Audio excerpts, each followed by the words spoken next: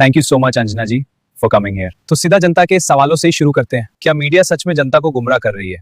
क्योंकि जब हम न्यूज देखते हैं तो लगता है जैसे देश में सब कुछ परफेक्ट चल रहा हो, और जब दुनिया बाहर निकल कर देखती है तो पिक्चर थोड़ी अलग सी लगती है। ऐसा क्यों?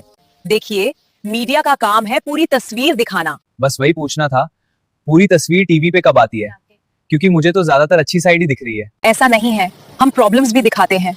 ये बिल्कुल दिखाते होंगे, पर सच्चाई नहीं दूसरी पार्टी की गलतियां। आप ये तो दिखाते हैं कि दूसरी पार्टी के कौन कौन से मंत्री के घर ईडी की रेड पड़ी, कौन जेल गया और किस पर कौन से आरोप लगे।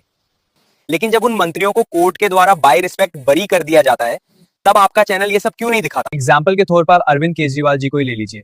इलेक्शन से पहले बिना कोई रीजन के उन्हें जेल जाना पड़ा। उस वक्त उनके खिलाफ बिना किसी प्रूफ के आपके चैनल पर बहुत सी गलत न्यूज दिखाई गई और इलेक्शन के टाइम रॉन्ग पब्लिसिटी की गई। लेकिन आज जब कोर्ट ने केजरीवाल जी पर लगे सारे एलिगेशंस गलत बता दिए, तब आपके चैनल पर इस पर एक भी न्यूज क्यों नहीं चली? ईडी की राइड पड़ना या किसी मंत्री का अरेस्ट होना इमीडिएट न्यूज होती है, इसलिए दिखाई जाती है। कोर्ट का प्रोसेस लंबा होता है, इस वजह से उसे उतना हाईलाइट नहीं मिल पाता। लेकिन अगर एक सिटीजन किसी नेता को अरेस्ट होते हुए देखता है तो उसके मन में शक बनता है। लेकिन जब कोर्ट उसे बरी कर देती है और ये बात दिखाई नहीं जाती, तो क्या आपको लगता है मीडिया उस सिटीजन के सामने पूरी सच्चाई दिखा रहा है? क्या ये मीडिया की जिम्मेदारी नहीं बनती कि वो शुरुआत के आरोप के साथ साथ अंत का सच भी उतनी ही क्लैरिटी के साथ दिखाए?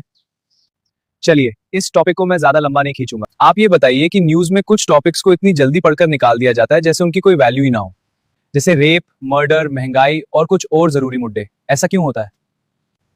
प्राइम टाइम में हम वही दिखाते हैं जो ज्यादातर लोग देखना चाहते हैं। पर जब देश के बड़े लोग स्पीच देते तो लोगों देखते हैं या देखना पड़ता है? क्योंकि वो तो पूरा लाइव आता है। वो नेशनल इंपॉर्टेंस के इवेंट्स होते हैं। और नौकरी, पेपर लीक, रेप, वो नेशनल इंपॉर्टेंस नहीं होते? आप काफी क्रिटिकल हो रहे हैं। ये बात सही है कि लोगों का भरोसा मीडिया से थोड़ा कम हुआ है। आज न्यूज सिर्फ इन्फॉर्मेशन नहीं बल्कि कंपटीशन और प्रेशर का गेम बन चुकी है। टीआरपी और ब्रेकिंग न्यूज के प्रेशर में कई बार पूरी सच्चाई सामने नहीं आ सकती। इसीलिए लोग यूट्यूब और सोशल मीडिया को अपनी प्रेफरेंस बना रहे हैं, क्योंकि वहां लोग बिना किसी प्रेशर के अपनी बात रखते हैं और ग्राउंड रियलिटी दिखाते हैं।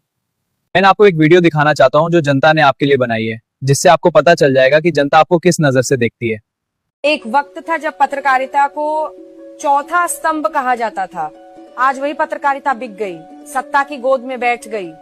लेकिन आज एक चेहरा सामने आ रहा है, माफी के साथ। नमस्कार, मैं अंजना ओम कश्यप हूँ और आज मैं कैमरे के सामने एक पत्रकार नहीं, एक इंसान के तौर पे खड़ी हूँ।